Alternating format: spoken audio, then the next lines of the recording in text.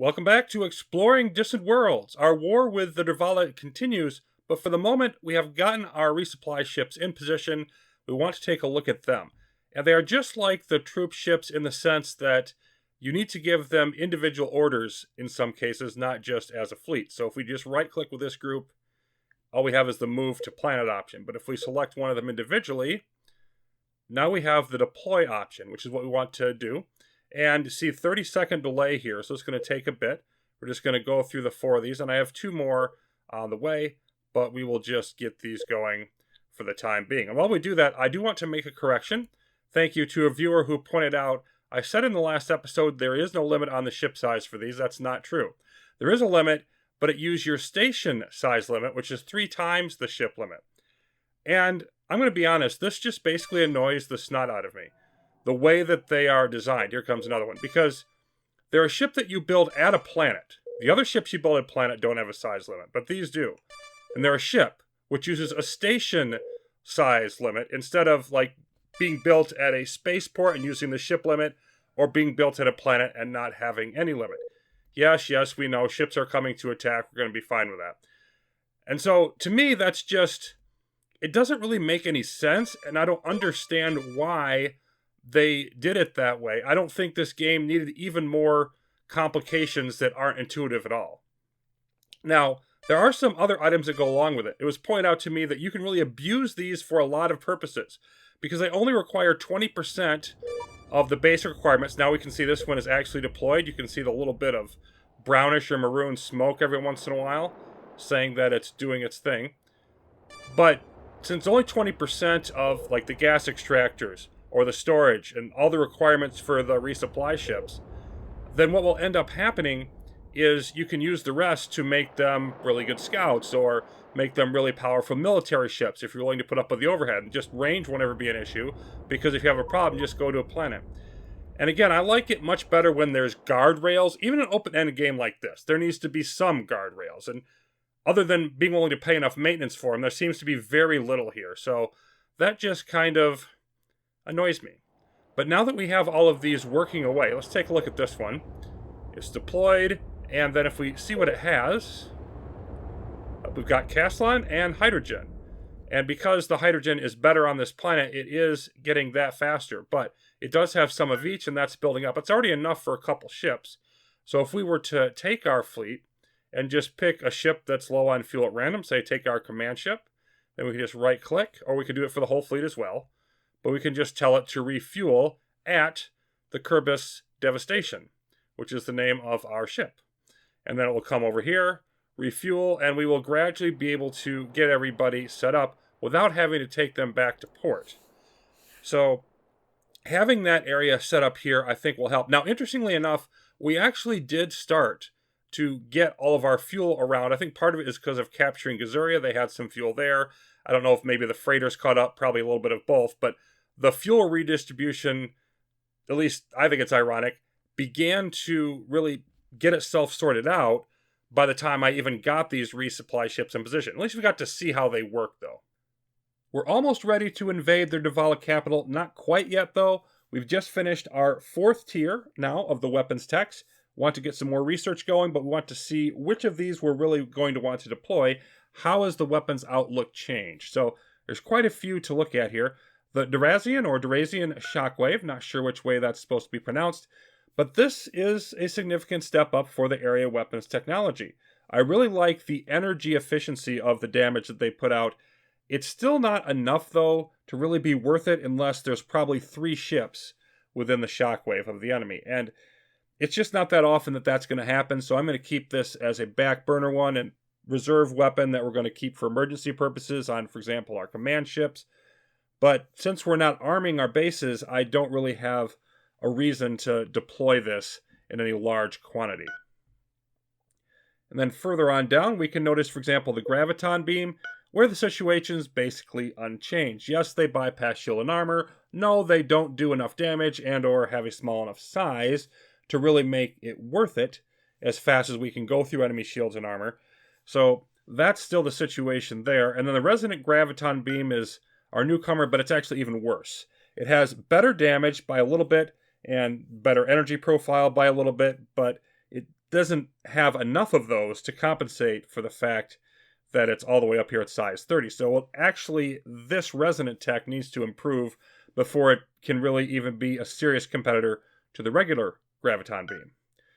We're still using small amounts of the ion defense, the ion cannon, point defense cannon, continue to gradually increase the amounts of those we use, make sure we can fend off enemy strike craft, and the nuclear devastator, of course, is again bombardment only weapon that we don't care about because we're invading and taking over populations, not trying to wipe them out.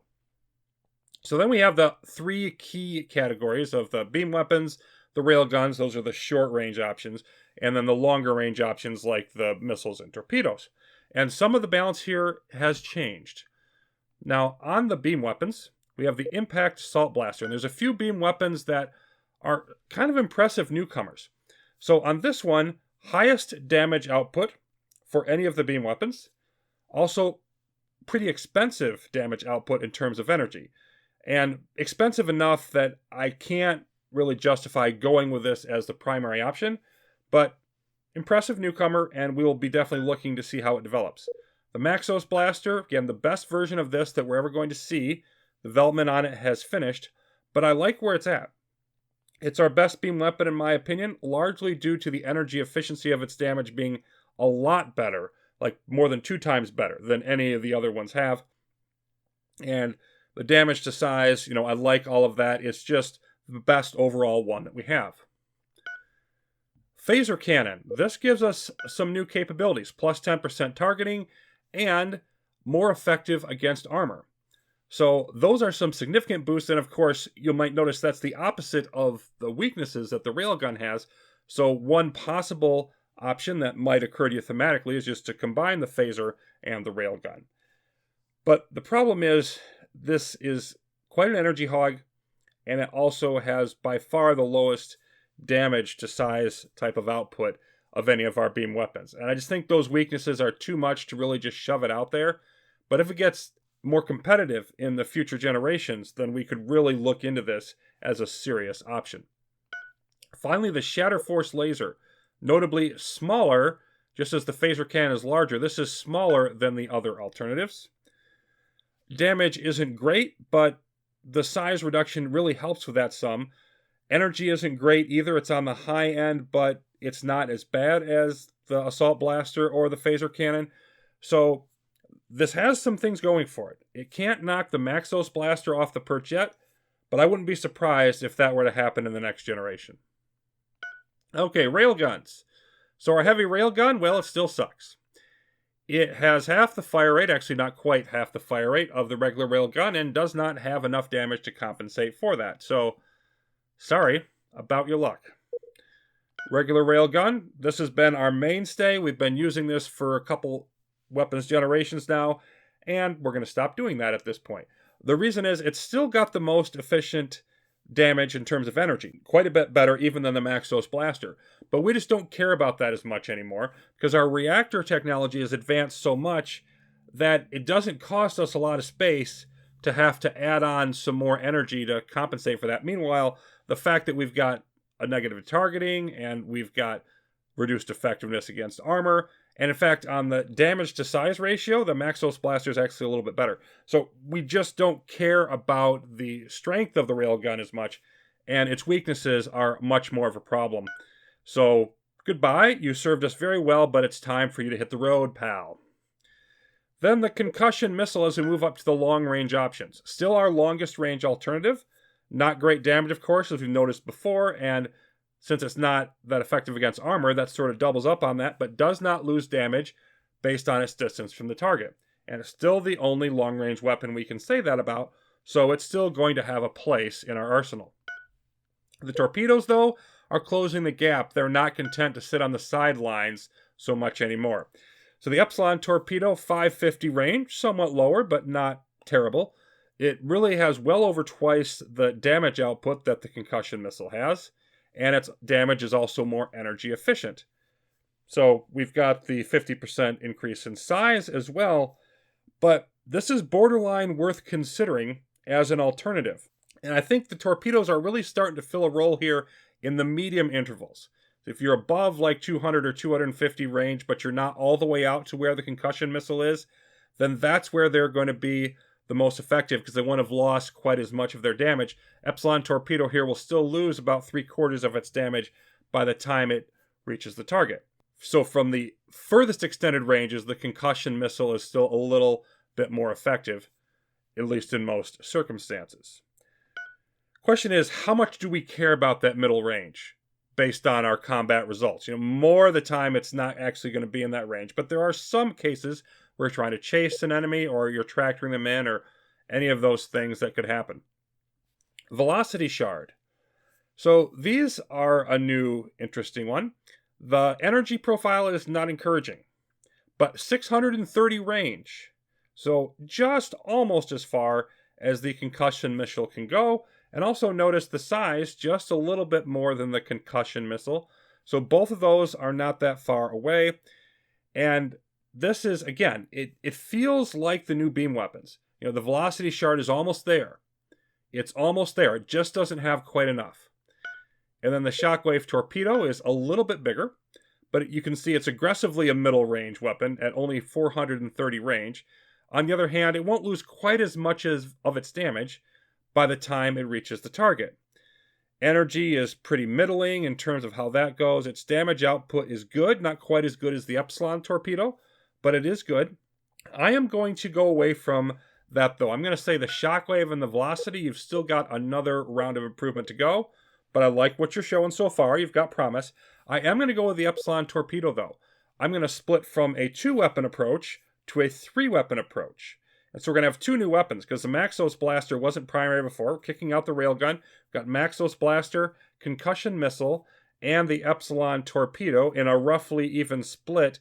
And what I see the torpedo doing is anytime a ship isn't absolutely at the maximum range where their weapons probably can't hit us, it's not going to be as good at the short range, but it's going to be better than anything else that we've got at the middle range before our beam weapons can open up. And so it just sort of fills that void and gives us a more versatile damage profile, if that makes any sense. So with that in mind, let's take a look at what we're going to be doing on our weapons. Well, we've got reinforced construction. This is going to give us fortified bunkers on our planets. Not really that important to me. I just figured I'd start off with something that gives us a new ability. And improved defensive bonus. If we were going to come under attack, obviously, that would be something that we would be interested in. And then we can pick up some other items. Advanced logistics lowers our maintenance cost of everything. We've already got a bit into armored shock forces, improving any newly recruited armored forces, and we're starting to use those some more, so that wouldn't be too bad. And again, improving our special ops. So improving our ground troops that we recruit, that would not be a bad idea, although the war will probably be mostly over and that recruitment mostly over by the time we actually get those. Let's see about upgrading the weapons that we're currently going to be using. So we're still going to be using the missiles, and we can still get more improvements to the concussion missiles, so why not throw that in there? And with our point defense, I don't really want to upgrade this because it doesn't lead to anything, and our point defense is good enough as it is. We need to throw more on the ships, we will, and this would be a completely different kind of weapon there. So I'll just go ahead and pass on that for this early time being. We're definitely going to want to get whatever additional bombers we can for our carriers, so I'll go ahead and throw that on. And here we have improvements to the velocity shard and the shockwave torpedo. We already got our Epsilon, so I'm just going to leave these be. And I think we'll probably also, just for the fun of it, upgrade our Drazian shockwave. And then after we're done with all of that, then I'll just go ahead and come back through. Because again, Maxos Blaster can improve. These are the other ones that we noted. And we'll get all of these others to fill in this whole category when we get all of this done. And ion cannon, okay, add you as well now. And move on to our next task, which is, we're going to wait for this to finish, but this is our next upgrade to our various plants and how large we can build the ships. And then we want to move into, okay, what's in all of this category, this 4th tier that we want to finish up. Of course, we got the shields. Those are going to be coming up soon. We're still a little bit away next tier before we really want to jump up to the next level of reactor. And we're kind of in that same position here on the engines. But I think that we probably do want to just boost our maneuverability there with that next tier. I'll skip the mining for now. Let's boost our energy collectors for sure. We'll grab the robotic defenses just because. So not really that much here, and they'll be jumping up to the next level and definitely wanting to get our robotic repairs, and probably at that point moving up our construction size again. So it shouldn't be a huge amount of time, relatively speaking, before we just jump up another level.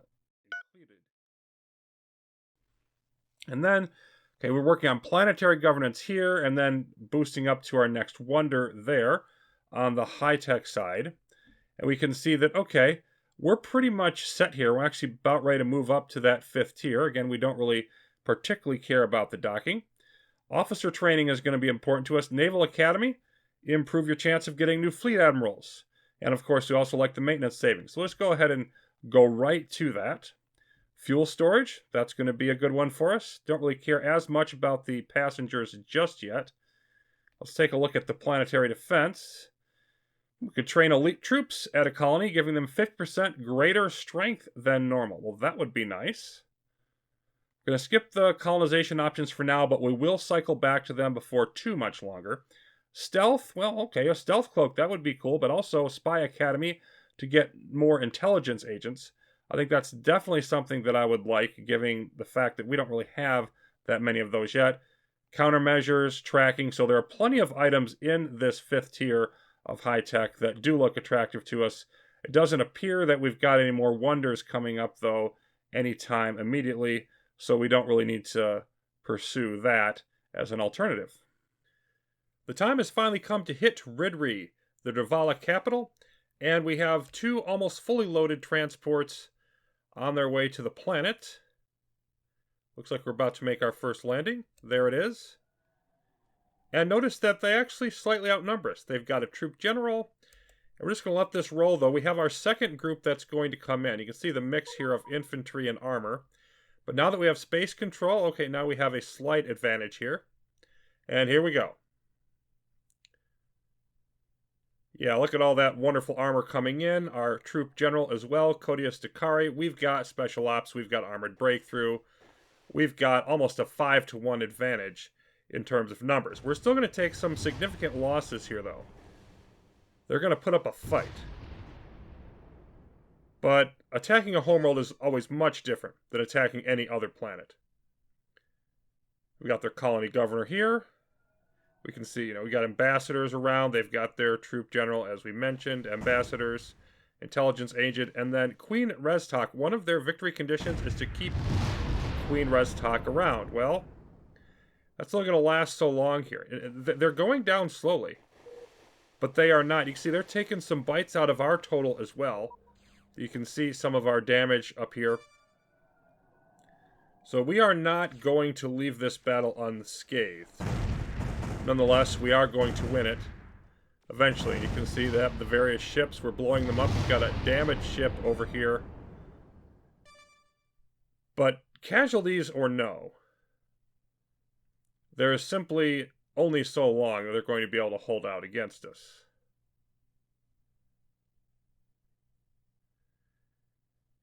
And it just is, grinding them down. Bit by bit by bit. Until victory is eventually achieved. And now we have overwhelming odds, so that boosts us up again. We've worn them down enough. We got some more stuff completing, so we now could retrofit our ships. We're not going to bother with that. We're focusing on this battle right now. But that will be happening before too much longer.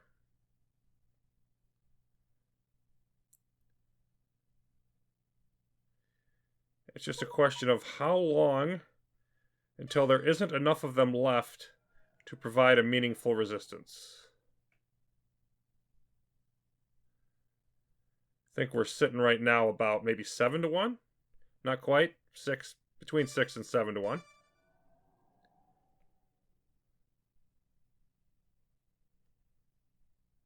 And they've got about 200k left in their troop strength. You can see the population obviously still significant there. And they have destroyed a mining station in the Kerbis system. Obviously, that's sabotage at work. Not hugely concerned about that. We can always put that back up later.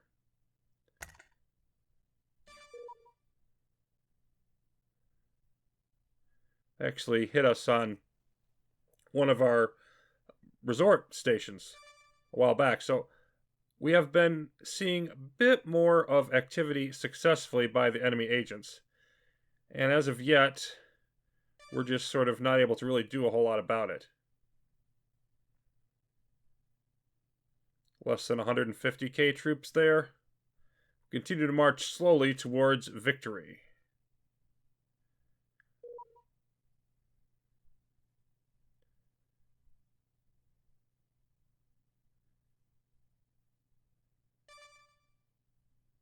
And we have now been conducting this battle, I think, for about 4 to 5 months. So this is definitely quite a significant tango.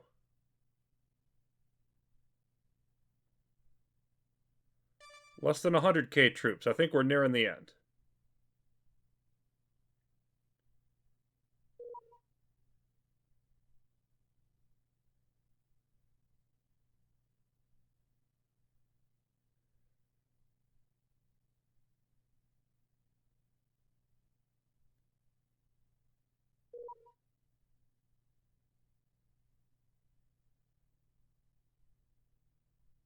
You gonna give it to me, or are you gonna make me keep fighting longer and longer?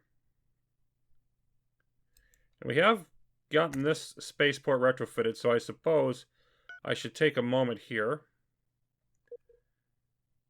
And let's just see what you have. Yeah, medium spaceport. Okay, so we're actually done there. I don't need to worry anymore about that. Medium is all I'm going to want in Slow-Svan. So let's head back and see how our battle proceeds.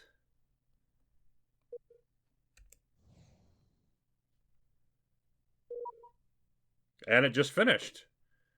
Ridri is ours. And you can see all the red bars showing all of that, but there are some definite spoils to be had here. Ridri, 15 billion plus.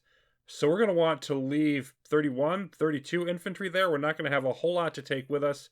And we want to, basically at this point, I think, mop up the rest of their territory. They still have 2 more planets in here in the Devala system, even though it's showing all the territory as ours, because we now have the lion's share of the population.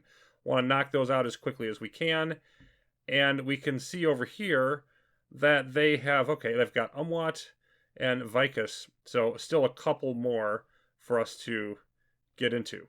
But we're almost finished with the war. If we look at our war weariness, it says critical. But in actuality, our negatives in terms of our population happiness from it are not that high. Just boosted up to 6. And what I think is going on here is basically a lot of empires wouldn't necessarily be able to handle a 6-point happiness across the board, perhaps. But for us, it's just we're shrugging it off and we don't particularly care. And we just keep right on chugging along due to the overwhelming strength of our economy. When Distant Worlds returns, I should be ending this war. I should have new ship designs to briefly go over. And what is going to happen after the war once we get all of our freighter and distribution systems settled? Well, that'll remain to be seen. Thanks for watching, everyone. The adventure of the Akuro Commonwealth will continue, but victory over the Dervala is now close at hand.